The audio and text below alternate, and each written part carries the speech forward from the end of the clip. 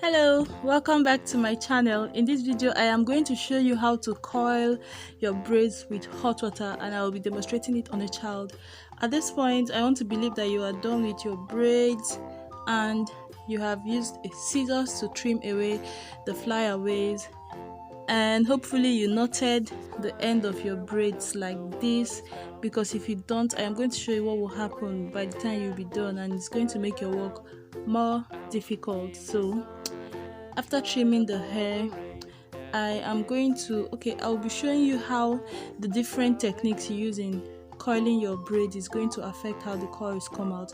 So I select 5 of these braids because let's just say the more the braids you gather at once to coil, and the space in between each circle your hands goes, like you see the way I am winding my hand around, the more windings I do, that's the more separated those spaces are, the more beachy, the more loose the coils are going to be.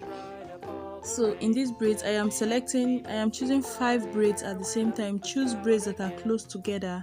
Don't go take one from the front and some from the back. When you don't tie your hair properly, this is what happens. It is going to like loosen up as far as it can go. So it is best when you're done with your braid, you take a very tiny piece, tie it at least 4 times around before you make the knot. That way it is going to be secured. If not, at last you will go and do that work and it will be annoying. So I select 5 of the braids. I wound my hand in one place for at least 5 times until I feel as if even if I tug on that string, it is not going to pull. When I am sure it is secured, I make my journey down towards the end of the braid and then slide the whole hair up and tie a knot. Now, let me explain the parts that affect how your braids come out. If you want like very tight coils at the end of the braid, it's going to make the hair look fuller. Of course, tighter coils make the hair have more volume. If that is what you want, you would coil about 2 of this hair, and when winding it around, instead of going maybe like 7 circles as I am doing, you'll get up to like 10.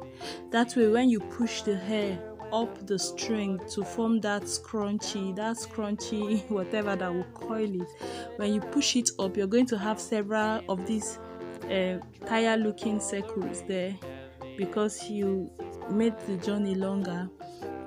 And if you want more loose coils than I have, you can go for like 7, and just the fewer the braids you coil together, and also the more times you wind your hand. I'm not talking about when you're trying to secure the rod, because you have to secure the rod by tying it several times one place before you start moving down the braids.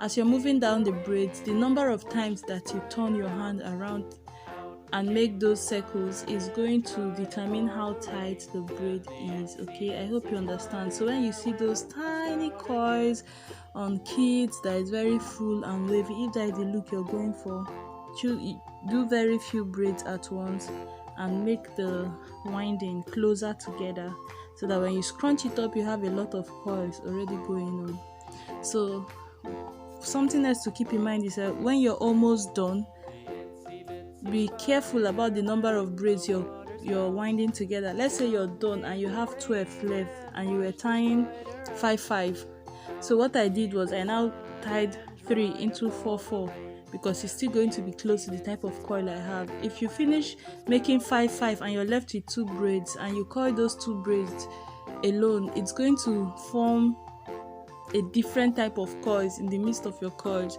So when you're almost finishing, stop and count how many braids you have left, then share it to be as close to the usual number you are doing as much as possible. So it's very unlikely that since I am doing 5 that I would have like an even number of 5. So I had like 12, so I just shared those 12 into 4 and did that. So you understand what I am saying. Just be careful so that you not end up with numbers that are very far from your usual number when you're almost done. Just before she was wondering what the hell was going on in her hair. At this point I was speaking to her, I was like, do you like your hairstyle? and she was just looking repeatedly at the camera and feeling the hair. And she was she didn't say yes and she didn't say no. She's so sweet. So I came back. I was trying to make sure that she does. You saw the way she was turning around, so I became worried and asked her auntie to please help me hold her in place. And that was how our crying marathon started. She didn't want anybody to hold her, and you see, of course, she was still moving, and I couldn't take that chance. So I had her auntie hold her hair up, and that was the beginning of our problem. She cried until I was done. And if you're looking at the water, the first time I came in, I don't know, I just saw this video on TikTok where people would put styling mousse in the hot water before dipping the hair inside, and it looked like your hair was drinking bulletproof coffee. It looked nice, but I don't know if it really had like an effect. You know, styling mousse is like a liquid gel and it's supposed to like maintain the coils. So I think last it's better than just hot water, but I didn't see like wonderful difference, although I wasn't really paying attention much to the outcome because she was crying so much at this point. See, look at how cute she is. She was still admiring herself though she was crying. So I went back with a razor. You know the part where we started, where we tied the rope several times to secure it? That's where I am using the razor to just snip. Once you snip a little part of the rope, you don't need to go all the way through. It is going to loosen. You have to be careful here to make sure you are snipping it in a space that is in between two of the braids, because if you snip this on your client's hair and you get into the braids, if her hair passed there, you're going to cut off, you're going to snip that across her hair. So you have to be careful. If you're not sure what you're doing, you can use a smaller scissors and just wriggle it into that space and cut. That way you'll be sure you are avoiding the braid. When I was done snipping the secured part with a needle with a razor blade, I just pull on the end of the coils to stretch out the string and snip off the end. I am also at this point trimming the loose ends on the coils, and this is what the coils look like. I just wanted it like wavy, but just to add a little volume without it looking too much. We didn't want the hair to look too full, just medium fullness. And you know, this was the exact look I was looking for. I was going for. If only her school allowed like hair packers and hair accessories, it would have made it really nice. But most schools here in Nigeria, they do not allow hair accessories. Not most, like a lot of them do. They don't allow kids because of kids that swallow beads, and they say it distracts them in class. So toddlers are not allowed to. Not just toddlers, even primary school, like elementary school. So, but we still packed the hair, and it was looking just beautifully delicious. When I was done and taking her pictures, she was like that she wants the braids to come down here and come down here, pointing at the two sides of her face. I was like, oh, sorry mama. I had to pull out 3 of the braids on the side, but instructed her auntie to please put them back up when she's about to sleep, because you don't want her lying on her face and mistakenly like yanking the hair and it will just fall off with her hair. No. So when she's going to bed, if she's not wearing a hairnet, then it has to be tucked back into the pony or the ponytail. So this is how the braid came out. I just applied some styling mousse to further fortify or make the coils more secured.